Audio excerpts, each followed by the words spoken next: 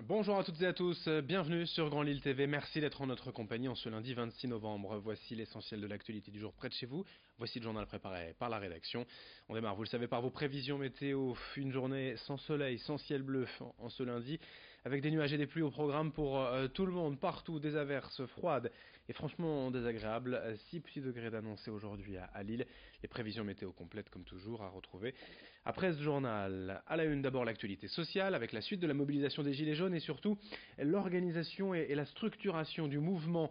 Certains veulent désormais nommer des porte-paroles et s'organiser pour mieux assurer la sécurité des manifestations, éviter les débordements. Pour l'instant, la plupart des organisations syndicales nationales ne souhaitent pas rejoindre le mouvement, mais dans la métropole lilloise, chez Transpol, Force ouvrière a annoncé la semaine dernière son soutien officiel aux Gilets jaunes. Leur premier objectif est aussi de défendre leur pouvoir d'achat en mettant en avant les conditions de travail, le manque de moyens et leur salaire. Depuis plusieurs années, le syndicat estime qu'à chaque négociation avec la direction, en termes de salaire, ce qui est obtenu est en deçà des espoirs des employés. Alors même si FO n'appelle pas à la grève pour l'instant, le syndicat veut proposer une aide logistique et ses compétences aux Gilets jaunes. Et je vous propose d'écouter Angelo Savoca, secrétaire général Force ouvrière chez Transpol, au micro de Margot Sailly. Nous, déjà, il y a 2 mois, nous avons envoyé un courrier à l'ensemble des organisations syndicales à Transpol. Il n'y en a aucune qui a répondu favorablement parce que nous avons appelé à nous réunir dans une intersyndicale, convenir d'un mouvement commun parce on sentait les prémices du mouvement des Gilets jaunes. EFO a pris ses responsabilités au niveau national. Notre fédération Transport et Logistique, à travers notre secrétaire fédéral, M. Patrice Clos, que je salue d'ailleurs au passage, du fait qu'on l'a sollicité, tous les secrétaires généraux des transports urbains, des transports de marchandises l'ont sollicité, tout simplement, il a réuni le comité exécutif fédéral. Ils ont pris une décision à l'unanimité et ils apportent un soutien inconditionnel au mouvement jaune, à savoir que ça sera un support logistique non politisé, c'est clair. Dans l'actualité également, en images, dans ce journal, la visite de Gérald Darmanin vendredi à Tourcoing. Le ministre de l'Action et des Comptes Publics s'est rendu avec deux autres ministres du gouvernement dans le quartier de la Bourgogne.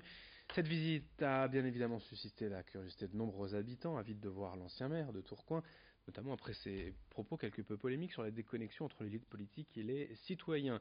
Ici, la ville de Tourcoing a prévu d'importants travaux dans les 15 ans à venir pour transformer entièrement le quartier de la Bourgogne et en faire, je cite, un endroit où l'on a envie de vivre, selon Gérald Darmanin. Le projet prévoit la démolition de 1225 logements sociaux, la réhabilitation de 1000 autres et la construction de 500 programmes neufs. Ce programme, en tout cas, vise notamment à mieux répartir l'offre sociale à travers la ville, car dans la Bourgogne, il y a près de 90% de logements sociaux. Explication avec Gérald Darmanin au micro de Xavier Silly. C'est une petite ville, 10 000 habitants. Nous sommes ici coincés géographiquement entre la Belgique.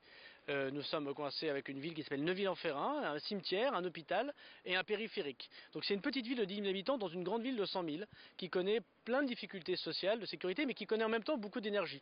Et il y a plein de gens de la Bourgogne qui viennent me voir dans les permanences quand je suis en train d'en faire à la mairie de Tourcoing et qui me disent moi je veux changer de quartier, pourtant je l'aime bien mon quartier. Et bien notre envie c'est de donner la même fierté aux habitants de la Bourgogne d'habiter leur quartier, qu'ils aient des commerces, qu'ils aient de la sécurité, qu'ils aient de la propreté, qu'ils aient des écoles et qu'ils ne puissent pas fuir un quartier parce qu'il n'y a rien de pire pour les habitants et pour une ville. Allez, dans cette édition également, on passe à toute autre chose. À Lille, à Oisem, depuis plus de 2 ans, le cabinet vétérinaire à Apivet propose des tarifs préférentiels et solidaires aux foyers les plus modestes. Karine Massé a été la première en France à mettre en place ces prix en fonction des revenus.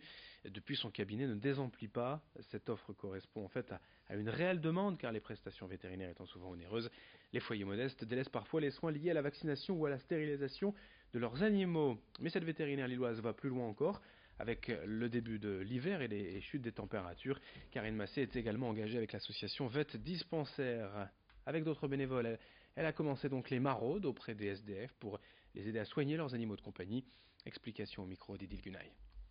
On essaye de communiquer via les réseaux sociaux pour demander des dons. Donc on a des gens qui nous donnent un petit peu d'argent, 5 euros par-ci par-là, mais ça permet de déjà pouvoir acheter des antiparasitaires, de pouvoir les distribuer. Et là on est vraiment sur un système de soins en extérieur, mais tout est offert. Il n'y a pas que des soins vétérinaires, on est aussi en partenariat avec des toiletteurs, avec des gens qui font de l'ostéopathie donc pour les animaux. Donc on est toute une équipe pour pouvoir proposer différents types de soins, un peu de chouchoutage aussi en fait, un petit peu pour ces animaux, un accompagnement qui soit pas que médical, que ce soit un petit peu sympa et ludique pour eux, puis mettre un peu de fun dans quelque chose qui ne l'est pas trop en fait. Ouais. On termine avec d'autres images insolites de joueurs de golf en ville depuis plusieurs années. Des Lillois se retrouvent souvent le soir dans les rues pour taper des balles et créer un parcours urbain. Imaginez en Allemagne, à la fin des années 90, le street golf a débarqué dans le Nord avec Nicolas Verschuer qui a fondé l'association Urban Green Lille. Le principe, c'est donc de s'affranchir des codes traditionnels en quittant les parcours verdoyants pour laisser libre cours à son imagination dans les rues, sur les trottoirs et les pavés. Le street golf se joue avec un équipement similaire à celui du golf traditionnel, sauf que les balles sont plus souples et les tirs plus courts. Présentation du sport et de l'association Urban Green Lille au micro de Marc Gosseilly. Alors le street golf, c'est très simple, c'est du golf dans la rue. Donc on joue dans la rue qui a un très grand parcours et on n'utilise pas de trous, mais on va utiliser le mobilier urbain comme cible. Donc on a les mêmes clubs que sur un parcours de golf. On a des balles qui sont inoffensives, qui peuvent toucher les vitres, qui peuvent toucher les voitures, voilà, qui sont des balles en mousse. Et on vient juste viser le mobilier urbain comme cible. Donc ça fait plus de 10 ans que l'asso existe, Urban Green Lille.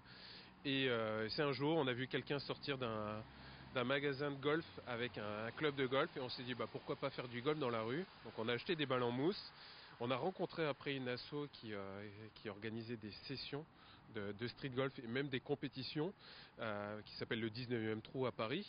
Et on est parti à Paris, on a fait une première compétition qu'on a gagnée. Et voilà, et depuis on enchaîne, on joue un peu partout. Quelques résultats de sport ce week-end à vous donner. D'abord en Ligue 1. Hier, troisième match sans victoire pour le LOSC. Les Lillois sont tombés à Nice 2-0. En basket, victoire tout de même pour le LMBC en Pro B 74-70. Défaite en revanche pour l'ESBV en Ligue féminine à La Roche-sur-Yon 79-58. Et puis 10e match et 10e victoire en Fédéral 2 pour les rugbyman de Marc-en-Barœul cette fois. Ils sont allés s'imposer à Paris 20-15. Merci de votre fidélité. L'info continue dans un instant sur Grand Lille TV. Très bonne journée à toutes et à tous.